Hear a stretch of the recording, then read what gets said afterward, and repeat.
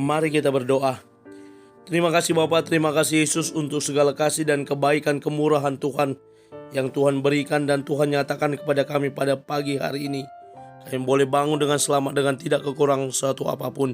Sebelum kami mulai aktivitas kami, sebelum kami beribadah nantinya, kami mau bersaat teduh, berdoa, memuji muliakan nama Tuhan dan mendengarkan kebenaran firman Tuhan melalui channel YouTube ini.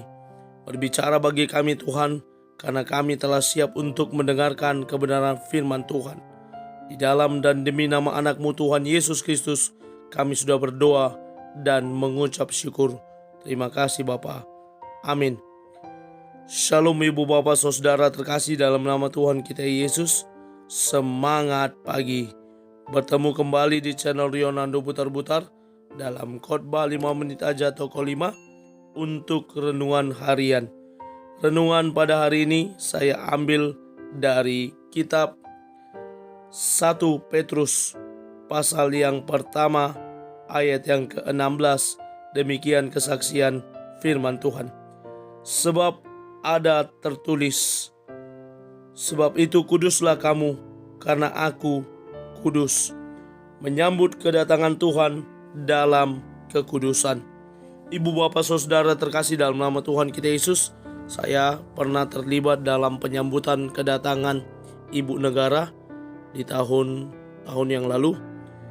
Bagaimana standar dari Pas Pampres penyambutan ibu negara hampir sama persis dengan penyambutan presiden yang datang ke suatu daerah. Pada saat itu Ibu Iriana yang datang ke kota Batam, dan bagaimana penyambutan yang dilakukan, persiapan secara maksimal selama seminggu, mempersiapkan jalan-jalan yang akan dilalui, mensterilkan tempat-tempat yang akan dikunjungi oleh beliau. Bahkan orang-orang yang boleh masuk ke tempat pun harus memiliki ID card, harus diperiksa, dan banyak lagi persiapan yang dilakukan dari A sampai Z, semuanya maksimal.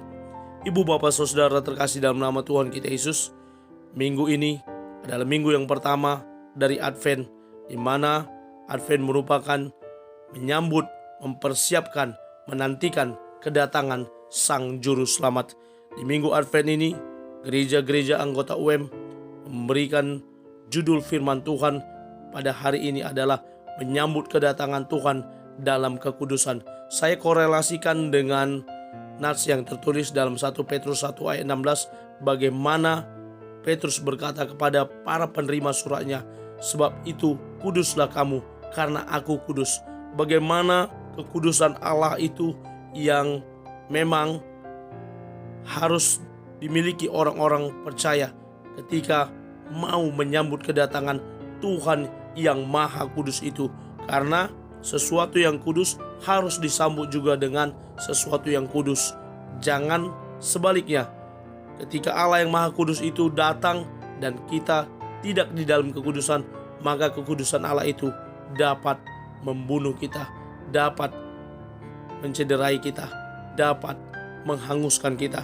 Karena Allah yang kudus itu harus kita sambut, harus kita datangi dengan kekudusan juga. Mari kita menjaga kekudusan kita, karena dengan kita menjaga kekudusan kita, maka kita dapat menyambut kedatangan Tuhan. Tidak ada yang tahu kapan kedatangannya di yang kedua, tetapi dalam hidup ini kita harus tetap menjaga kekudusan kita. Kita sedang menantikan kedatangan yang kedua. Kalau di minggu Advent kita menantikan kedatangan merayakan kelahirannya, namun untuk kedatangan yang kedua tidak ada seorang pun yang dapat memprediksinya. Namun dalam hidup ini kita harus tetap mempersiapkan diri sebaik mungkin, sekudus mungkin untuk menyambut kedatangannya. Mari kita jaga terus kekudusan hidup kita dengan terus berdoa, beribadah, bersekutu dengan Tuhan, dan menjaga perbuatan kita dari hal-hal yang tidak baik dan tidak benar, sehingga kekudusan itu terus kita miliki di dalam hidup kita. Amin. Kita bersatu dalam doa. Terima kasih Bapa, terima kasih Yesus untuk firman-Mu. Mampukan kami untuk menjadi para pelaku kebenaran firman Tuhan. Dalam nama Yesus kami mulai hari ini dengan kekudusan yang daripada Tuhan. Kami menyambut Engkau. Amin. Selamat beraktivitas. Tuhan Yesus memberkati. Shalom.